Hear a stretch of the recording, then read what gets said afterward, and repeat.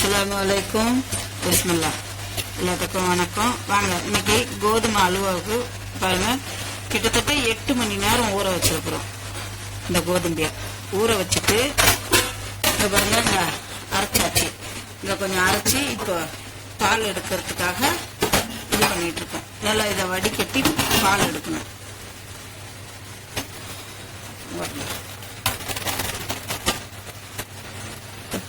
பால் எடுத்து ஒரு மணி நேரம் வச்சாதான் இந்த நல்ல தண்ணியெல்லாம் தனியாக இதாயிடும். மாவு கீழே தேங்கி நிற்கும். வாங்க பாருங்க, இப்போ அல்வா இருக்கு. கோதுமை அரைச்சது இப்போ பால் எடுக்கிறோம். கோதுமை பால் எடுத்துட்டு இருக்கோம் அல்வாவுக்கு. நல்லா வடிகட்டி ஒரு மணி நேரம் வச்சுட்டோம்னா அந்த தண்ணி தனியாக தேங்கி நிற்கும். இங்கே பாருங்க, ஜவ்வு இந்த கோதுமையோட தோல்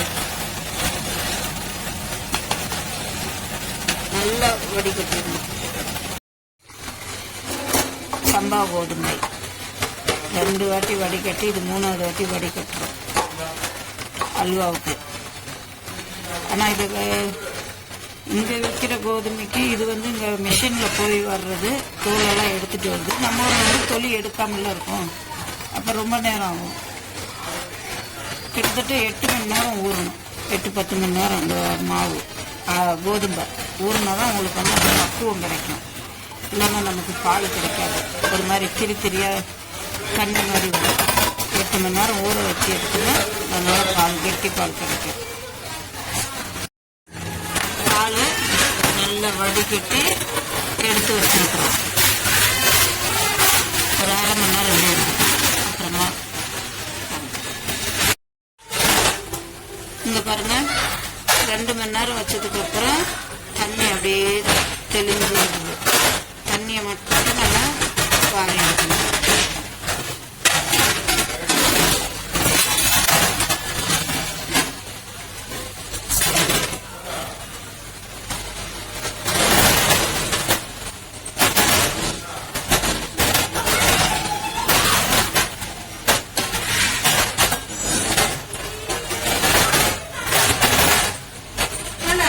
அல்வா கிண்டுறதுக்கு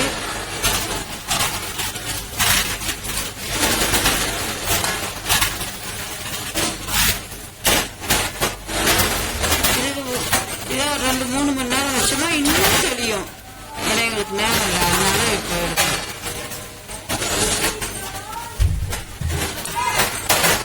பாருங்க, இப்போ இந்த மாவு தண்ணியை வடிகட்டிட்டு அதை இப்போ அடுப்பில் வச்சு காய்ச்சணும். என்ன, இது நல்லா காய்ச்சி வர்றப்போ அந்த தண்ணியெல்லாம் வற்றிட்டு களி மாதிரி வரும். அப்புறம் தான் சர்க்கரை போடணும். வாங்க,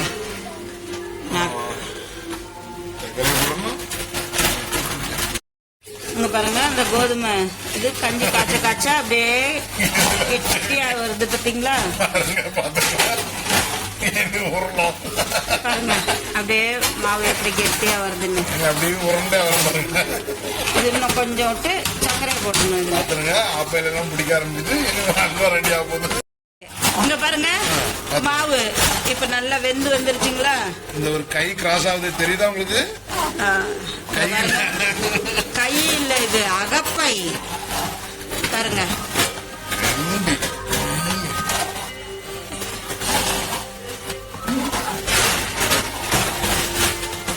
நம்ம தேவைன்னா கலர் ஃபுட் போட்டுக்கலாம், இல்லைன்னா சர்க்கரையை காய்ச்சினா அதை போடலாமா? ஆனா சர்க்கரை போட்டு தான் இது பண்ணுவாங்க.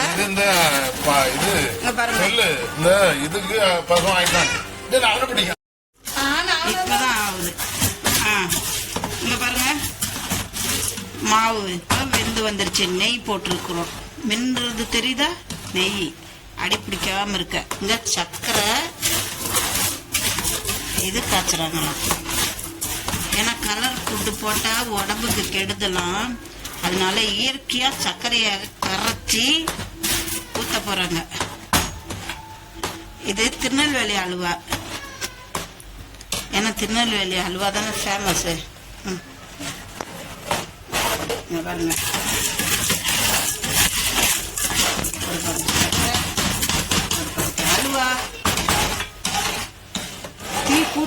வர்றதுக்கு.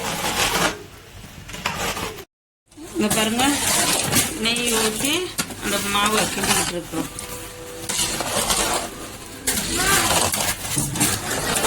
இங்க சர்க்கரை காய்ச்சிக்கிட்டு இருக்கோம். இந்த நெய் மாவா இதாகி அப்புறம் அதுலேருந்து நெய் வந்து கசிஞ்சு வரணும். அப்போதான் வந்து அல்வா பக்குவம் வந்துடும். அதுக்கப்புறம் நம்ம இங்கே சர்க்கரை வந்து இந்த பாருங்க காய்ச்சிக்கிட்டு இருக்கோம். அதை தூக்கி பாவு வந்ததும் தூக்கி ஊற்றிக்கிட்டோம்னா கலர்ஃபுல்லான அல்வா.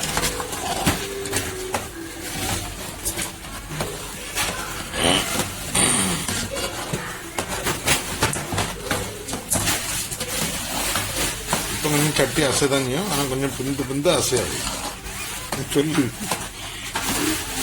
பாருங்க, இந்த இடத்துல 3 பேர் நிற்கிறோம். ஒருத்தர் சட்டி இருக்காங்க. அசையாது. இது கட் பண்ண முடியாது.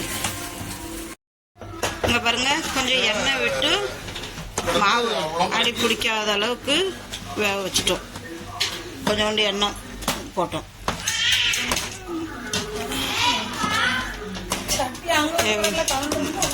அல்வா பதம் வந்திருக்கு. இங்க பாருங்க, பாவு காய்ச்சாச்சு. வேணுமே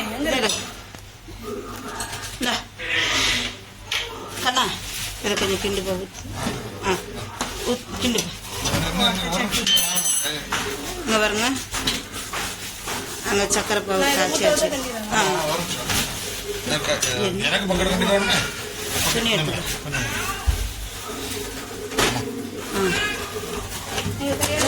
கொஞ்சம் ஊத்திடுறோம். ஊத்திருப்பா எல்லாத்தையும் ஊத்திரு. ஒரே இதை ஊத்திரு, அவ கிண்டுறதுக்கு சரியா இருக்கும்.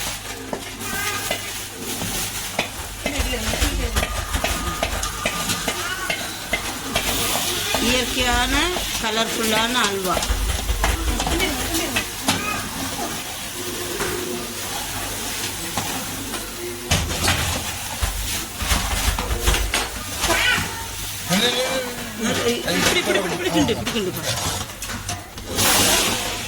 நெய் அப்படியெல்லாம் ஊத்தணும், சரி வராது. கொஞ்சம் கொஞ்சமா ஊத்தணும்.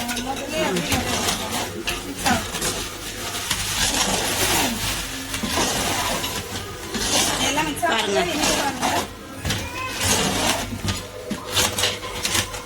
இது இயற்கையான கலர். சர்க்கரையை பாவு காய்ச்சி ஊற்றி அல்வா பண்ணிருக்கோம். இதுக்கு நெய் வந்து பிரிஞ்சு வரணும். அப்போதான் வந்து அல்வா பதம் வந்துருச்சுன்னு அர்த்தம். இப்போ ஊற்றின நெய்யெல்லாம் பிரிஞ்சு வரணும். கை விடாமல் கிண்டிகிட்டே இருக்கணும்.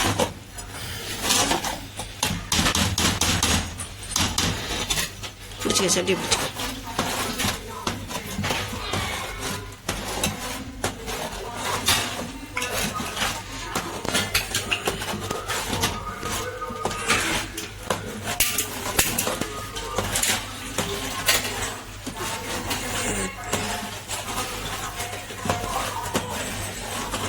கட்டி விடாமல் கிண்டிக்கிட்டே இருந்தால் தான் வந்து உங்களுக்கு நெய் கசியும்.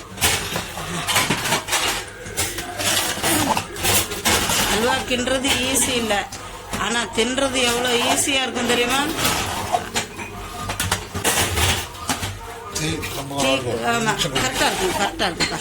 அப்படிதான் இருக்கும். ரொம்ப தீ இருந்துச்சுன்னா அடி பிடிக்கும். இதுதான் கரெக்டான இது.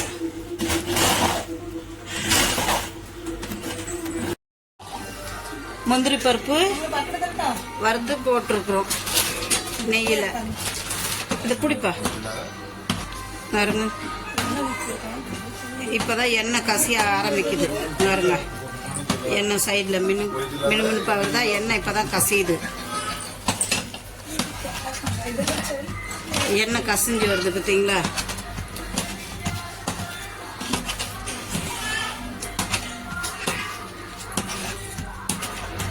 கசியில என்ன நேரம் ஆகும். என்ன பிரியதுன்னா எப்படி நேரம்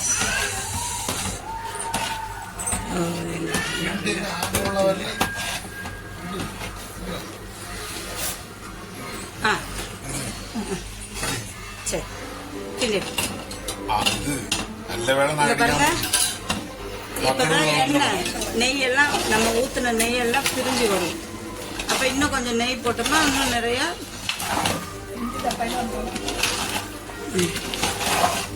ஒரு தலப்பாதாப்பா முன்னாடி நிற்குது பாருங்க. வந்துட்டான்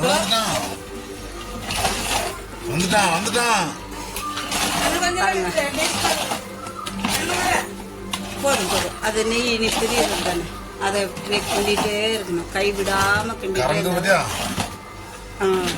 இப்போ நல்லா திரண்டு வருது பாருங்க, அப்படியே சட்டியில் பாத்திரத்தில் பிடிக்காம திரண்டு வருதுல்ல. இன்னும் கொஞ்ச நேரம் விட்டோம்னா அந்த நெய்யெல்லாம் பிரிஞ்சு வரும். அப்போ கரெக்டாக அல்வா பதம் வந்துருச்சு. அப்படியே சட்டியில் பிடிக்கல பார்த்தீங்களா எப்படி அப்படியே சுற்றி வருது. அந்த சைடு கை வச்சு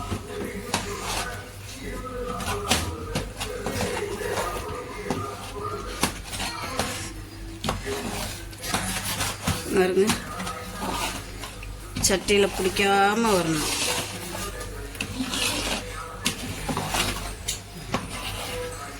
இனிப்பு இதெல்லாம் கரெக்டாக இருக்குது.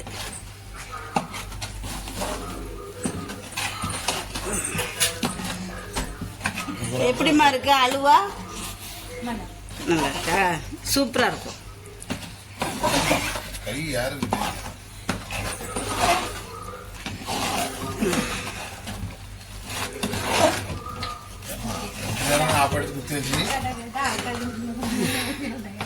இன்னும் கொஞ்சம் இதாகட்டும்.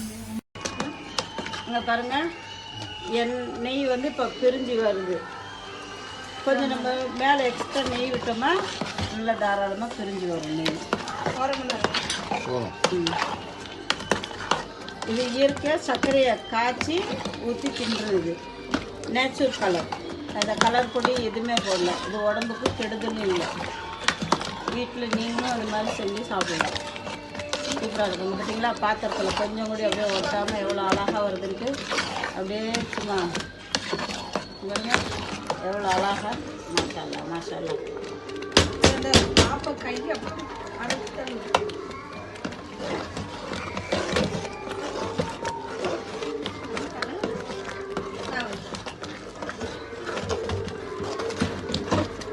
அங்கே ரவுட்டு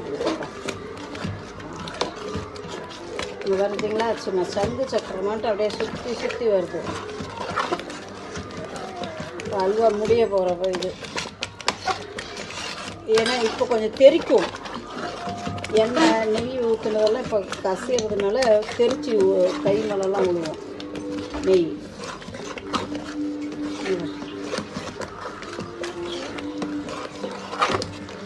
பார்த்தீங்களா, பாத்திரத்தில் இப்படி ஒட்டாமல் இப்படி அப்படியே சுற்றி இப்படி பிறண்டு வருதுன்னு.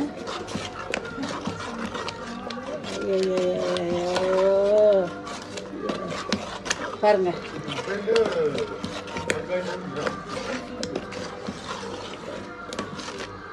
கிண்டி பேச முடியாது, அதனால் நீங்கள் பாருங்கள் நாங்கள் எவ்வளோ இதாக மெனக்கட்டு ஹல்வா கிண்டுறோம். பார்த்தீங்களா, சுற்றி வருது எப்படி சும்மா. எண்ணெய் பாருங்கள் பிசிஞ்சு இது ஆகி வருது பாருங்கள், எண்ணெய் கசிஞ்சு வருதுங்களா பாருங்கள்.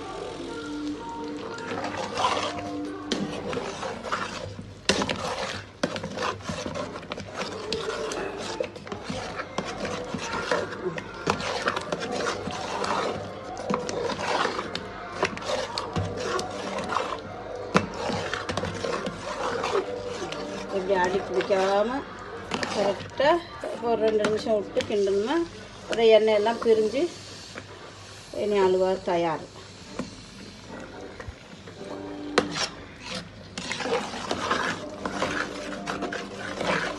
இப்போ பாத்திரத்தை பிடிக்காதனால ஈஸியாக வரும் அது.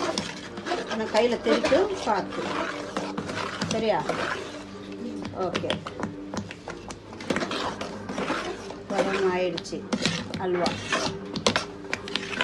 இனி அல்வாவை தட்டில் போட்டு ஆற வச்சு சாப்பிட்றது மட்டும்தான் பாக்கி இருக்கு.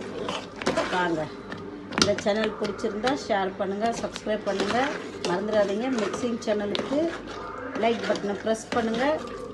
அல்வாவுக்கு எப்படி இருக்குன்னு நீங்கள் வீட்டில் செஞ்சு பார்த்துட்டு எனக்கு கமெண்டில் எழுதி விடுங்க. தப்பாக இருந்தால் திருத்திக்கிறோம், ரைட்டாக இருந்தால் மாறும். பார்த்தீங்களா எப்படி சும்மா அது இருக்கு வளன்னு ஆயிடுச்சு. கிட்டத்தட்ட 3 மணி நேரம் ஆச்சு இந்த அல்வா கிண்டி எடுக்கிறதுக்கு. அங்கே பாருங்க, அல்வா பதம் வந்துருச்சு. எண்ணெய் திரிஞ்சு கொடுக்குது. பாத்திரத்தில் பிடிக்காம வந்துருச்சு.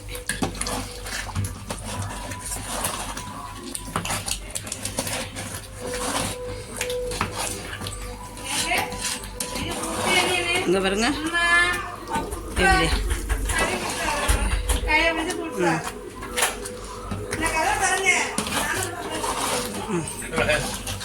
போதும். எண்ணெய் திரிஞ்சு வந்துருச்சு.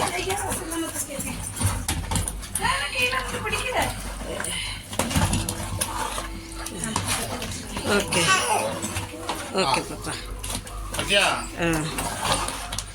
அல்வா ரெடி. ஓகே